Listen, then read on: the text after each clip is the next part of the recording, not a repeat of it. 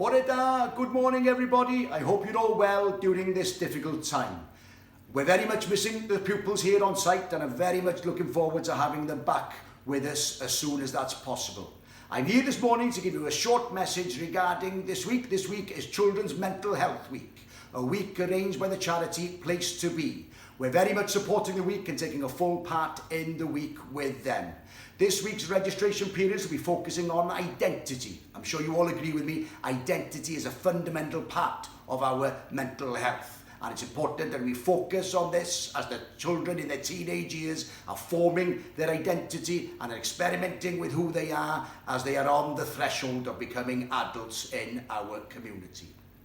We're going to ask them to express themselves. They can express themselves in any way they want. They can wear their favourite clothes, colourful clothes, something that conveys who they are. They can be creative. They can write a song, sing a song, dance, poetry. They can create a piece of art. Whatever they feel is the best way to express themselves. The staff here as well are taking part in the week. Mr. Lewis from the art department has spoken to me today and he's going to be sharing some of his own art and explaining the relevance of those pieces of art and why they mean so much to him. Ms. Land is going to be singing a song for us and a number of other staff have promised me that they too will sing a song. You'll be glad to know that I won't be singing any songs for you or putting you through any such misery, but I just wanted to get this message to you this morning. If I can thank you for the fantastic support you've given the school during this difficult time since the end of December, since we haven't had the children on site. You've been absolutely amazing and we're extremely grateful to you. The pupils have been fantastic. The attendance in the online live learning is incredible and we're very, very proud